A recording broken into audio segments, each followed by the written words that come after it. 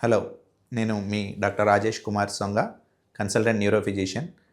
తలనొప్పి అనేది మేము కామన్ పబ్లిక్‌లో గానీ, మేము ఓపీడీలో గానీ చూసే వాటిలో చాలా కామన్ ప్రాబ్లమ్ అనమాట. తలనొప్పిని మనం సాధారణంగా 2 రకాలుగా విభజిస్తూ ఉంటాం. ఒకటి ప్రైమరీ హెడేక్స్ అనేసి, రెండోది సెకండరీ హెడేక్స్ అనేసి. సెకండరీ హెడేక్స్ గురించి మొదట మాట్లాడదాం. సెకండరీ హెడేక్స్ అంటే బ్రెయిన్‌లో ప్రాబ్లమ్ వల్ల, అంటే లైక్ బ్రెయిన్‌లో ఏమైనా బ్లడ్ క్లాట్ అవ్వడం వల్ల గానీ, బ్రెయిన్‌కి ఏమైనా దెబ్బ తగలడం వల్ల గానీ, బ్రెయిన్‌లో ఏమైనా ట్యూమర్స్ రావడం వల్ల, లేక వేరియస్ కారణాల వల్ల మనం తలనొప్పి వేధిస్తూ ఉంటే దాన్ని సెకండరీ హెడేక్స్ అంటాం. అంటే సెకండరీ టు ఒక పర్టిక్యులర్ ప్రాబ్లమ్ అన్నట్టు. అలా కాకుండా ప్రైమరీ హెడేక్స్ అంటాం. ప్రైమరీ హెడేక్స్ అనేవి మనం చాలా కామన్‌గా చూసేవి. లైక్ మైగ్రేన్ అని, టెన్షన్ టైప్ హెడేక్స్ అని, క్లస్టర్ హెడేక్స్ అని, ఇలా దాంట్లో కూడా చాలా రకాలుంటాయి. ఈ ప్రైమరీ హెడేక్స్ అనేవి మనకి ఎంఆర్ఐ స్కాన్ తీసినా గానీ, సీటీ స్కాన్ తీసినా గానీ దాంట్లో నార్మల్‌గా వస్తుంటుంది. కానీ వాళ్ళకి తరచుగా హెడేక్స్ అనేవి వేధిస్తూ ఉంటాయి.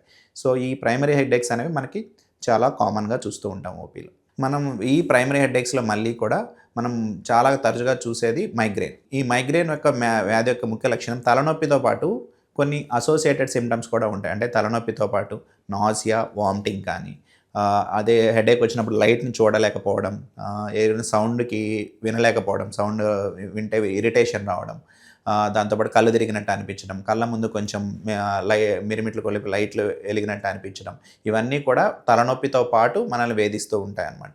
సో, మైగ్రేన్ అంటే కేవలం తలనొప్పితో కాకుండా ఈ అసోసియేటెడ్ లక్షణాల వల్ల మనల్ని చాలా ఇబ్బందికి గురిచేస్తుంది. మన రొటీన్ వర్క్ మనల్ని చేసుకోనివ్వదు. మన ఆఫీస్ వర్క్ కానీ, మన పర్సనల్ లైఫ్‌ని గానీ చాలా ఇబ్బందికి గురి చేస్తూ ఉంటుంది ఈ మైగ్రేన్ అనే ప్రాబ్లమ్. సో, ఈ మైగ్రేన్ అనేది మనం కామన్‌గా చూసేది 20-40 సంవత్సరాల వయసు ఉన్న వాళ్ళలో ఎక్కువగా చూస్తా ఉంటాం. ఎక్కువగా ఉమెన్‌లో మనం కంపేర్ టు ఉమెన్‌లో ఎక్కువ చూస్తా ఉంటాం.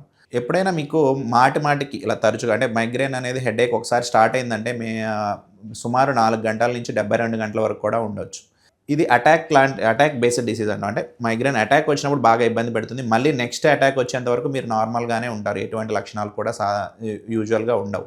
సో, ఇలా ఎప్పుడైతే మీరు తరచుగా ఇలా హెడేక్స్‌తో గురవుతున్నారో, ఒకసారి అయితే మీరు న్యూరాలజిస్ట్‌ని కన్సల్ట్ అవ్వాల్సి ఉంటుంది.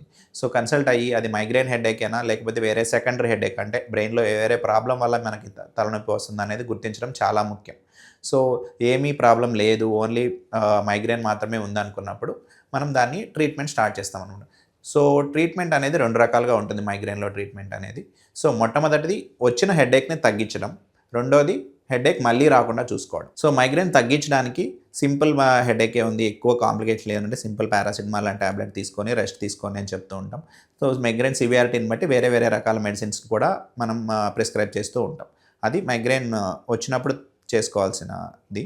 మైగ్రేన్ రాకుండా చేసుకోవడానికి మనం ట్రిగ్గర్స్‌ని అవాయిడ్ చేయాలి అంటాం. అంటే ఒక్కొక్క పేషెంట్‌కి మైగ్రేన్ రావడానికి ఒక్కొక్క కారణం, ఒక్కొక్క ట్రిగ్గర్ అని ఉంటుంది. అంటే కొంతమందికి నిద్రలేమి వల్ల, కొంతమందికి ఫిజికల్ స్ట్రెస్ వల్ల, మెంటల్ స్ట్రెస్ వల్ల, కొంతమందికి జర్నీ చేసిన తర్వాత, కొంతమందికి తలస్నానం చేసిన తర్వాత, కొంతమందికి పర్టిక్యులర్ స్మెల్, కాఫీ స్మెల్ గానీ, పర్టిక్యులర్ ఫ్లవర్ స్మెల్ కానీ, పెట్రోల్ స్మెల్ గానీ ఇలా చూసినప్పుడు కూడా మనకి హెడేక్స్ అనేవి స్టార్ట్ అవుతూ ఉంటాయి. సో, ఇలా సాధ్యమైనంత వరకు వాటిని అవాయిడ్ చేయడానికి చూసుకోవాల్సి ఉంటుంది. అండ్ ఇంకొకటి, మీల్ టైమింగ్స్ అనేది క్లియర్‌గా ఫాలో అవ్వాల్సి ఉంటుంది. అంటే కరెక్ట్‌గా రెగ్యులర్ మీల్ టైమ్స్ చూసుకుంటూ మన షుగర్ లెవెల్స్ డౌన్ అయిపోకుండా చూసుకోవడం. అండ్ నిద్ర కూడా చాలా ముఖ్యమైనది మైగ్రేన్‌లో. మైగ్రేన్ స్లీప్ అనేది రెగ్యులర్‌గా ఉండేలాగా చూసుకోవాలి. రోజుకి 8 గంటల పాటు నిద్ర ఉండడం ద్వారా కూడా మన మైగ్రేన్ అటాక్స్ అనేది ఎక్కువగా రాకుండా చూసుకోవచ్చు.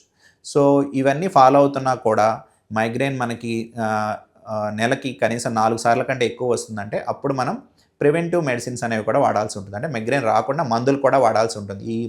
ఈ చిట్కాలు పాటించినప్పటికి కూడా మైగ్రేన్ అటాక్స్ మళ్ళీ నెలకు సుమారు 4 సార్ల కంటే ఎక్కువ సార్లు మనల్ని ఇబ్బంది పెడుతున్నాయంటే మనం రెగ్యులర్ మెడిసిన్స్ కూడా వాడుకోవాల్సిన అవసరం ఉంటుంది. యూజువల్‌గా పేషెంట్ ప్రొఫైల్‌ని బట్టి, పేషెంట్ ఏజ్‌ని బట్టి, వేరే కోమార్బిడిటీస్‌ని బట్టి మేము మెడిసిన్స్ అనేవి ప్రిస్క్రైబ్ చేస్తూ ఉంటాము. సో, ఇవి సుమారుగా 3-6 నెలల వరకు కోర్స్ లాగా యూజ్ చేసుకుంటే మన మైగ్రేన్ నుంచి చాలా వరకు రిలీఫ్ పొందొచ్చు. మనకు లేటెస్ట్‌గా చాలా కొత్త రకాల ట్రీట్మెంట్స్ కూడా ఈ గత 1-2 సంవత్సరాల్లో అవైలబుల్‌లోకి వచ్చాయి. మొదటిది న్యూరో మాడ్యులేషన్ అంటాం. అంటే కొన్ని డివైజెస్ వచ్చాయన్నమాట. అవి మన చేతి ఆర్మ్‌కి చుట్టుకోవడం ద్వారా అది కొన్ని రకాల ఎలక్ట్రికల్ స్టిమ్యులేట్ చేసి మన నర్వ్స్‌ని మన బ్రెయిన్‌లో ఉన్న ఈ నెట్వర్క్స్ని మాడ్యులేట్ చేస్తుంది. సో దట్ మనకి నెక్స్ట్ టైం పెయిన్ అనేది ఎక్కువ రాకుండా ఉంటుంది. అది కూడా సుమారుగా ఒక 3 నెలల పాటు రోజు మార్చి రోజు కానీ ఒక 45 మినిట్స్ పాటు ధరించాల్సి ఉంటుంది. అది ఎక్కువగా మనం ప్రెగ్నెంట్ లేడీస్ అక్కడే మనం వేరే మెడిసిన్స్ ఇవ్వలేని చోట్ల కొంతమంది మెడిసిన్స్‌కి సైడ్ ఎఫెక్ట్స్ ఎక్కువ వచ్చే పేషెంట్స్‌లో కూడా మనం ఆ న్యూరో మాడ్యులేటింగ్ డివైసెస్ అనేవి వాడుతున్నాము. వాటికి కూడా మంచి రిజల్ట్స్ చూస్తున్నాము. ఇంకోటి మనకి లేటెస్ట్‌గా ఇంజెక్షన్స్ కూడా అవైలబుల్ ఉన్నాయి.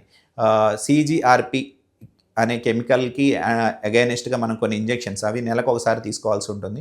అలా 3-6 నెలలు తీసుకున్న వాళ్ళలో కూడా మనం చాలా మంచి రిజల్ట్స్ చూస్తూ ఉన్నాము. సో, ఎప్పుడైనా మీరు మైగ్రేన్స్‌తో బాధపడుతూ రకరకాల మెడిసిన్స్ ట్రై చేసి అప్పటికి కూడా రిజల్ట్స్ పొందలేదు అంటే ఈ 2 పద్ధతుల్లో ఒకదాన్ని సెలెక్ట్ చేసుకొని మంచి రిజల్ట్స్ పొందవచ్చు.